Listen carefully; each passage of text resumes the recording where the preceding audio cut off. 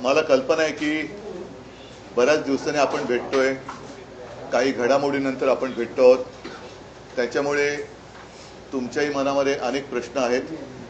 त्या प्रश्नांची उत्तरं मलाही द्यायची आहेत. त्याचबरोबरीने आपल्या देशात, राज्यात, शहरात, राजकारणामध्ये, नागरिकांच्या जीवनामध्ये अनेक व्यथा, समस्या या त्यांना भेडसावत आहेत. त्याहीबद्दल आपल्या मनात प्रश्न आहेत.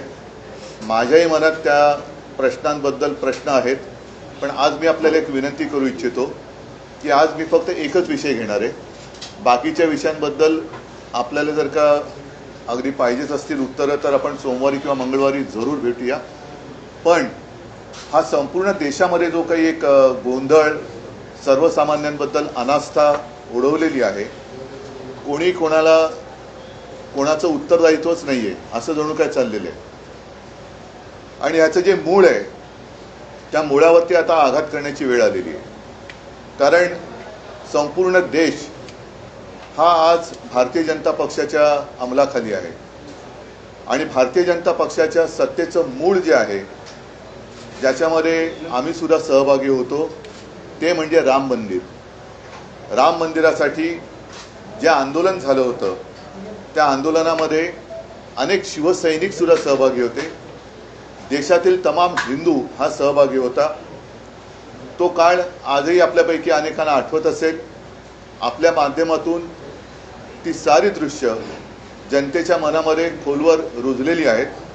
कारसेवकांवरती झालेले अत्याचार, मग झालेलं गोधराचं हत्याकांड, अहमदाबादमधली दंगल, अगदी मुंबईमध्ये सुद्धा जे काही घडलं होतं, बॉम्बस्फोट असतील, आणखीन काही गोष्टी असतील, त्याच्यामध्ये हिंदूंनी बरंच काही सोसलं होतं. आणि त्या सगळ्याचं मी असं म्हणेन भांडवल करून भारतीय जनता पक्ष, जो हे आंदोलन सुरू होण्याच्या आधी संपूर्ण देशामध्ये त्याचे फक्त 2च खासदार होते आणि गांधीवादी समाजवाद हा त्याने अंगीकारलेला एक कार्यक्रम होता.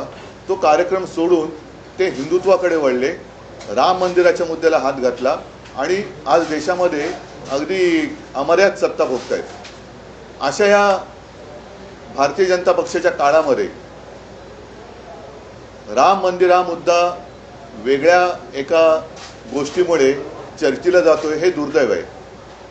म्हणजे असं जर का मी म्हटलं की आज जी काही दरोडेखोरी चाललेली आहे, राजकीय पक्ष फोडले जात आहेत, आमदार खासदार चोरले जात आहेत, खरेदी विक्री होते, याला ऑपरेशन नाव दिलं जाते.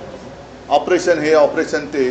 मग आता हे ऑपरेशन राम मंदिर भाजपा करते का, हा एक महत्त्वाचा मुद्दा आहे. आणि म्हणून मला असं वाटतं की या सगळ्या बातम्या दाखवल्या जात असतील, नसतील, बातम्या छापून येत असतील, नसतील, पण चोरी तर होते. राम मंदिरावरती दरोडा तर टाकला जातोय, टाकला गेलाय, त्याच्याबद्दल पुरावे सुद्धा दिले गेलेत. काही जणांचं म्हणणं असं आहे की त्या चोरीचा पैसा हा इतर पक्ष फोडण्यासाठी वापरला जातोय. हे फार गंभीर आहे. आणि जसं एकदा अटल बिहारी वाजपेयी म्हणाले होते, जेव्हा मी सांगितलं ना 90चा काळ होता, की अब हिंदू मार नहीं खाएगा, तसं आज मी म्हणतोय की अब हिंदू माफ नहीं करेगा.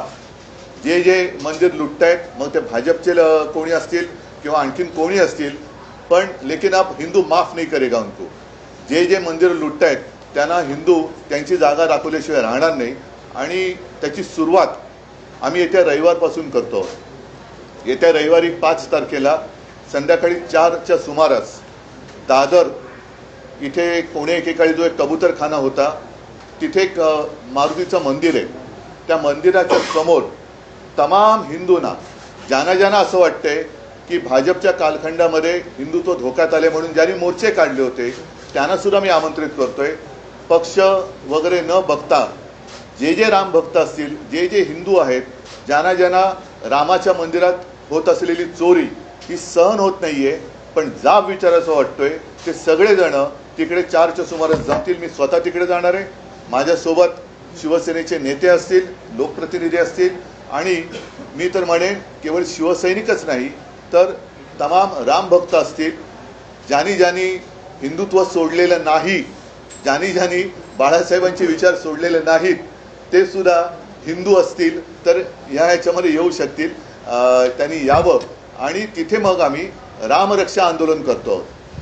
त्याच्यात साहजिकच आहे की रामरक्षा एक जसं पूर्वी आम्ही महाआरती करत होतो हिंदूंना जाग करण्यासाठी, आता हिंदू जागे झालेत. आता हिंदू त्यांना जाब विचारतील, तो जाब विचारण्यासाठी आम्ही तिथे रामरक्षा म्हणू, हनुमान स्तोत्र म्हणू आणि हनुमान चालीसा सुद्धा म्हणू. हे जाहीररित्या हा कार्यक्रम सुरू होईल.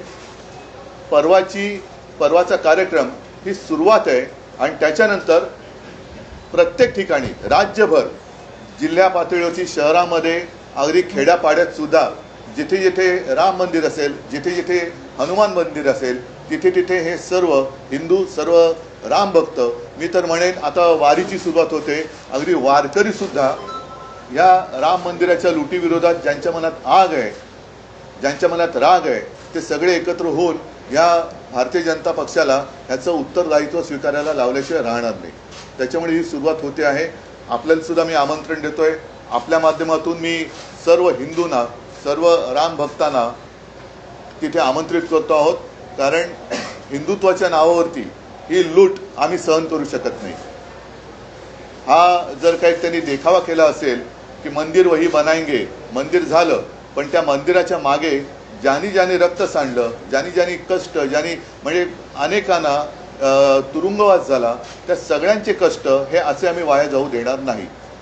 म्हणून परत एकदा सांगतो की आज आहे शुक्रवार, परवा रविवारी 5 तारखेला साधारण 4च्या सुमारास दादर येथे जे मारुतीचं मंदिर आहे, जिथे जुना कबूतरखाना होता, तिथे सगळेजण एकत्रित येतील आणि रामरक्षा आंदोलन आम्ही सुरू करतो.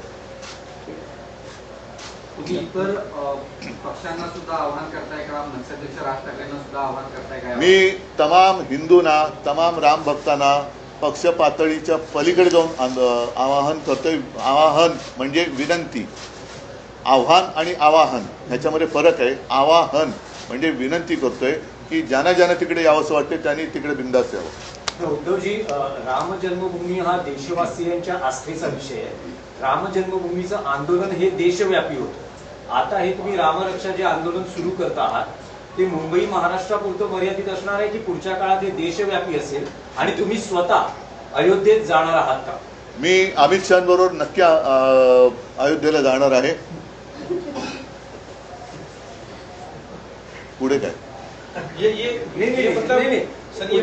ऐका, एक मिनिट तुमच्या प्रश्नाचं उत्तर देतो की तुमच्या लक्षात असेल की त्यावेळेला राम मंदिराचं आंदोलन हे देशव्यापी होतं, पण शिवसेनेने, अगदी स्वतः शिवसेना प्रमुख हे अक्षरशः राज्यभर फिरले होते. मग कधी महाआरती असेल, कधी ते शिलापूजन असेल, अनेक ठिकाणचे फोटो माझ्याकडे आहेत. संपूर्ण राज्य हे शिवसेना प्रमुखांनी उठवलं होतं, पेटवलं होतं आणि त्याचसोबत महाराष्ट्राकडनं स्फूर्ती घेऊन मग तिकडे अडवाणीजींनी रथयात्रा काढली होती. मला असं वाटतं की भाजपच्या लोकांना सुद्धा हे जे पटत नाहीये त्यांनी सुद्धा पुढची रथयात्रा काढायला काही हरकत नाही, त्याच्यातही शिवसेना सहभागी व्हायला तयार आहे. आणि देशभर हे आंदोलन झालं पाहिजे. जे जे हिंदूंच्या भावनेशी खेळत आहेत, जे जे हिंदूंच्या भावनेशी खेळलेत आणि हिंदुत्वाचा बुरखा घालून जे राम मंदिर लुटतायत ते माझ्या मते देशद्रोह करतायत. देशभरात सुरू झाले, पण महाराष्ट्र त्याच्यामध्ये मागे राहणार नाही. महाराष्ट्र हा नेतृत्व करेल आणि असं हिंदूंच्या भावना या कोणी अशा स्वतःच्या खेळण्यासाठी वापरू नयेत, स्वतःच्या स्वार्थासाठी वापरू नयेत. एक बड़ी बात आपने कही है कि आप अमित शाह के साथ अयोध्या जाएंगे, इसे क्या सिर्फ ऐसे भी जो है नहीं वो छोड़ो. एक मजाक की बात मैंने की, क्योंकि कल ही मैंने सुना कि अमित शाह भी खुद गए ने, ऐसे किसी ने कहा है, तो वो बात छोड़ो. मैं तो दो बार और हमारे साथी जो है संजय राउत जी, आदित्य वगैरह, हमारे सब साथी वहाँ 2-4 बार गए हुए हैं. मैं तो खुद चीफ मिनिस्टर बनने के पहले भी गया था और उसी वक्त मैंने नारा दिया था, पहले मंदिर फिर सरकार. तो हमारे लिए मंदिर का महत्व ये है, सरकार बाद में, मंदिर पहले. सर, अयोध्या के इस आंदोलन में शिवसेना काफी बढ़ चढ़ के शिवसेना ने हिस्सा लिया था. क्या ये जो आप लोग आंदोलन शुरू कर रहे हैं राम रक्षा, इस आंदोलन को क्या पूरे देशव्यापी स्तर पर लेकर जाएंगे और क्या इस प्लान क्या है उसे थोड़ा हिंदी में बता दीजिए सर. जैसे मैंने मराठी में कहा कि भाजप ने अब मैं ऐसे कहता हूं कि स्वार्थ के लिए क्या राम मंदिर का मुद्दा लिया था। अब राम मंदिर के लिए जिन लोगों ने आंदोलन किया था, काफी सारे लोग आज भी हैं जिन्होंने वो जेल गए थे, वो कार सेवकों के ऊपर कैसे अत्याचार किया गया था, आज भी सबके दिल में या मन में है। और अब उसका फायदा भाजपा उठा रही है। सत्ता तो आ गई, मंदिर तो बन गया, मंदिर भी कोर्ट के आदेश के अनुसार बन गया, तो अब जो भी मंदिर लूट रहे हैं उनको हिंदू माफ नहीं करेगा। और मैं तो कहता हूं कि मुंबई में रहने वाले, महाराष्ट्र में रहने वाले, पूरे देश में रहने वाले जो भी हिंदू है वो सारे इस आंदोलन में आए।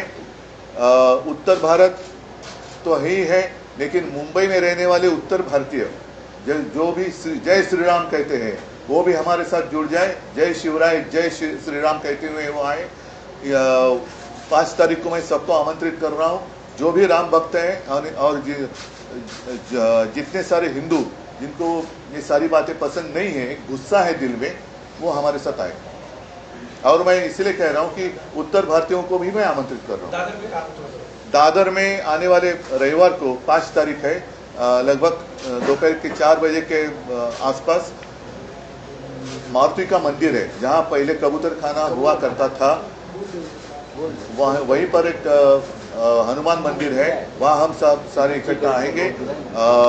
राम रक्षा, हनुमान स्तोत्र और हनुमान चालीसा हम वहाँ सबके साथ बोले। उद्धवजी, राम मंदिर उभारणीत सगळ्यात पहिली देणगी तुमच्या पक्षाला दिली, सगळ्यात पहिली बीट तुम्ही दिली, 1 कोटी रुपये. हो. तर मग तुम्हाला हे वाटत नाही का, समजा जर दानपेटीत अपहार होत असेल तर थेट अयोध्येत जाऊन अशा प्रकारांच्या बाबतीत जाब विचारला जावा? अयोध्येत तर मी जाणार आहे, मी काय जायला लाजत नाहीये, अयोध्येत जाणार, परंतु ज्या संपूर्ण देशाने ज्याच्यामध्ये महाराष्ट्राचा सहभाग मोठा होता, भाजपला दिल्लीत बसवलं, तो महाराष्ट्र आहे, तर महाराष्ट्रामध्ये सुद्धा हे आंदोलन व्हायला पाहिजे। महाराष्ट्र एकदा जागा झाला की संपूर्ण देश जागा होतो, त्याच्यामुळे पहिल्या महाराष्ट्रातनं मी सुरुवात करेन आणि अयोध्येत पण जाईन ना मी। जसं तुम्हाला आठवत असेल की राम मंदिर निर्माण जेव्हा झालं 2-3 वर्षापूर्वी, तेव्हा आम्ही नाशिकच्या काळाराम मंदिरात गेलो होतो। आणि म्हणून आमचं जे हिंदुत्व आहे, जे मी नेहमी सांगतो की अयोध्येत तर राम जन्मभूमी आहे, अयोध्येत राम मंदिर आहे, पण आमचा राम हृदयात आहे, हृदयात राम, हाताला काम आणि शेतमालाला दाम, हे आमचं हिंदुत्व आहे। ठीक आहे, ठीक आहे, चला थँक्यू. आणखी एक विषय होता तो सोमवारी गांभीर्याने सुरू आहे मुंबईतली जी परिस्थिती नाही त्याच्याबद्दल मी ऐका नाही आत्ता नको, कारण ह्या सगळ्याचं जे मूळ आहे ते भाजपच्या कारभारात आहे। म्हणून या सगळ्या विषयावरती मी पाहिजे सोमवारी आपली तयारी असेल तर सोमवारी भेटेन, मंगळवारी भेटेन, आपण विस्ताराने त्याच्यावरती प्रेस कॉन्फरन्स घेऊ। पण आज परत एकदा राम मंदिर, जे ऑपरेशन राम मंदिर भाजप पुरस्कृत चालू आहे, त्याचा निषेध करण्यासाठी आणि जे त्याच्यामध्ये जर कोणी चोरी केली असेल, ते कोणाशी संबंधित असेल, त्यांना शिक्षा झाली पाहिजे। आणि म्हणून येत्या रविवारपासून आम्ही हे राज्यव्यापी आंदोलन सुरू करतोय, ज्याची सुरुवात मुंबईत होईल। राज्यामध्ये खेड्यापाड्यात, गावागावात कधी कुठे कसं करायचं, तो सुद्धा कार्यक्रम आम्ही लवकर जाईल। हो